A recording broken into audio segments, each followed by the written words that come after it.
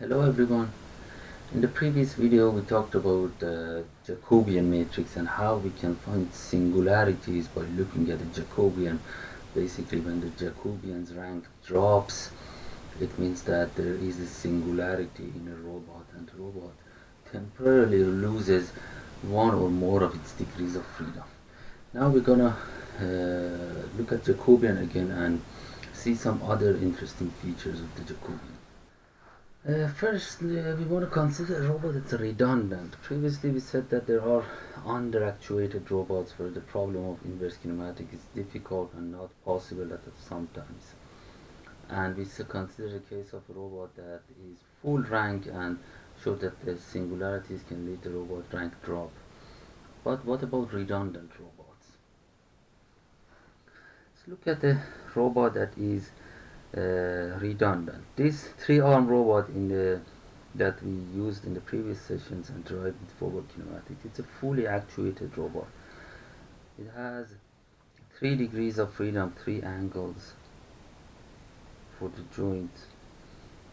And if you consider its workspace is in a plane and has an XY position for end effector and 1 rotation angle for end effector, it is fully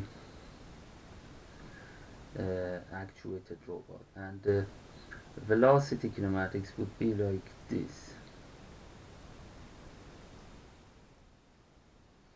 When the Jacobian is 3 by the joint space has 3 dimensionality, and Jacobian would be 3 by 3 and half. The workspace also has dimension of 3. Now consider a case that the robot is redundant. For instance, we're not interested in rotation. We just want to move the robot to a specific point in 2D space. Then if we ignore this column, calculate the velocity kinematics,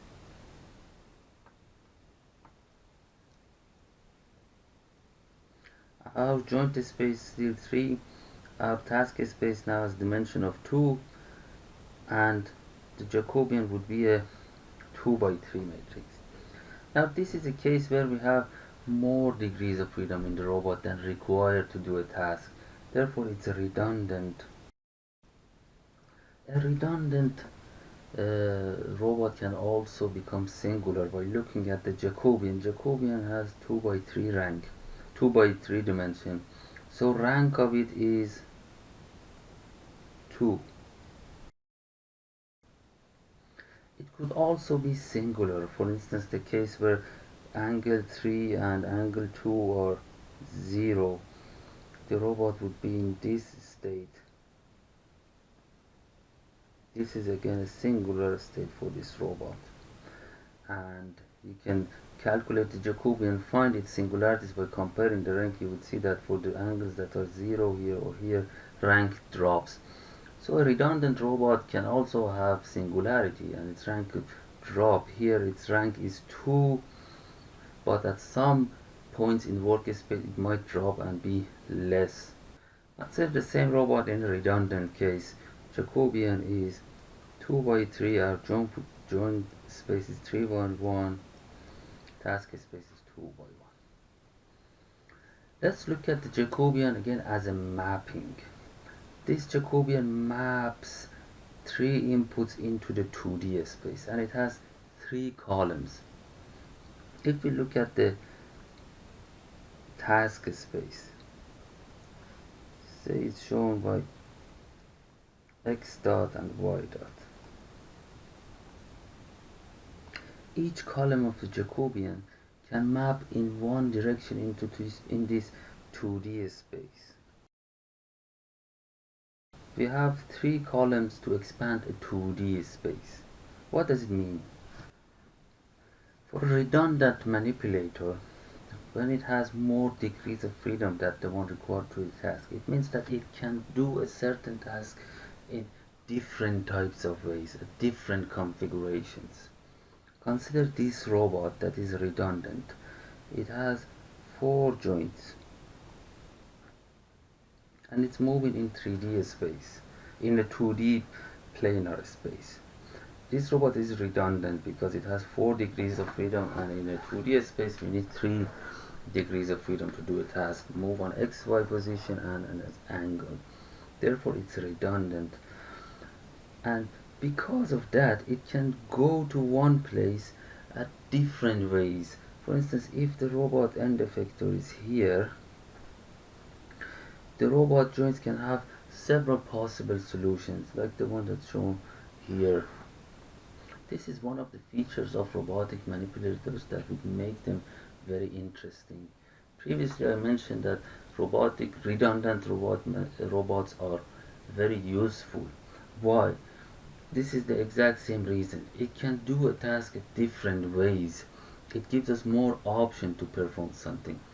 And as I said, for instance, our arm is redundant. This enables us to get an object and move it different ways. You can go toward it from left, top, grasp it at different angles.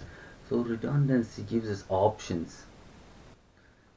Redundant robotic manipulators have some other interesting features as well.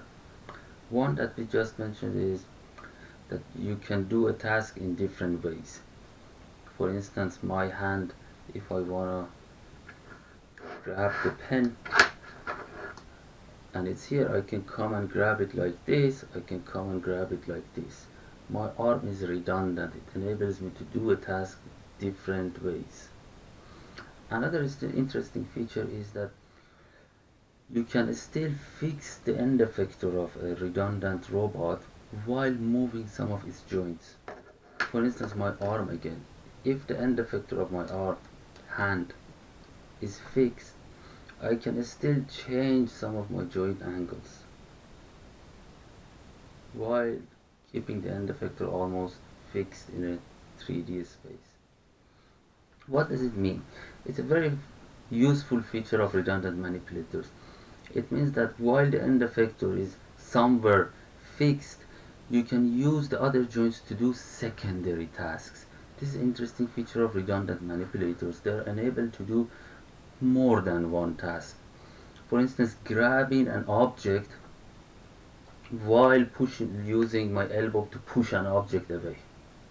These are 2 tasks. The second task doesn't have to be physical.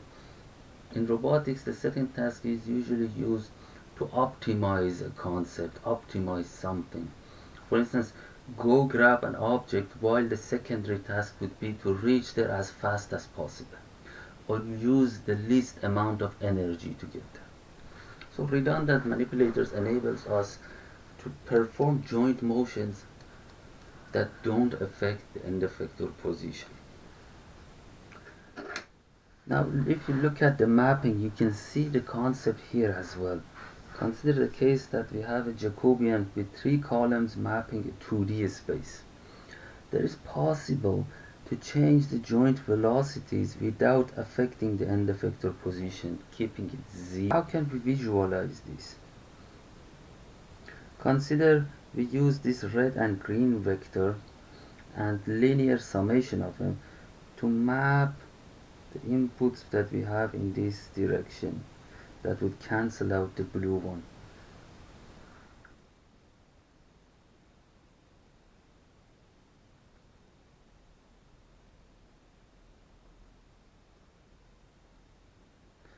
So a case where linear combinations of J2 and J3 can cancel J1. This is a case that for the mapping maps velocities into 0. This is a case where moving the joints of the robot doesn't affect the end effector position. Consider forward kinematic equation like that, and we have a Jacobian for a robot that is redundant. Let's say the Jacobian is 2 by 3.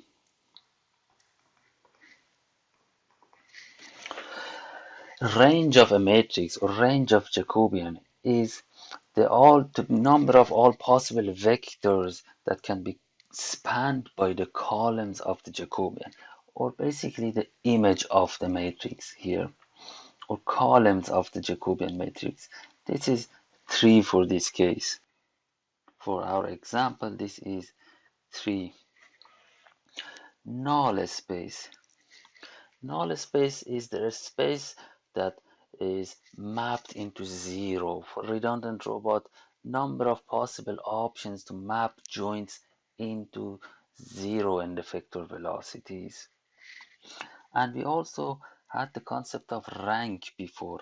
Rank is the minimum number of columns or rows that are independent. For our case, the rank is 2 in this example. The Jacobian is 2 by 3, its rank is 2, considering there is no singularity. Then we have this equation that this should be rank.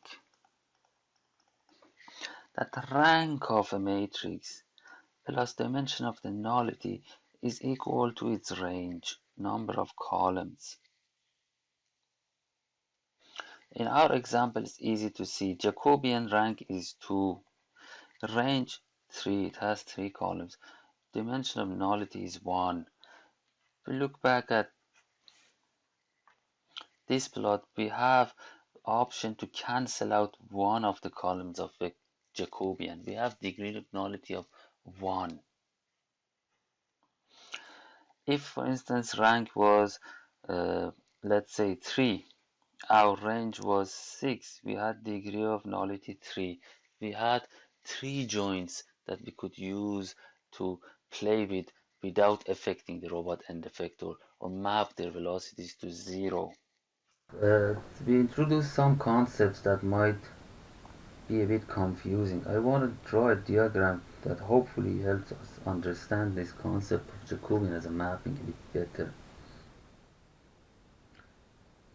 Consider this is a space of joint variables or configuration space, and the Jacobian maps this space into end effector velocities.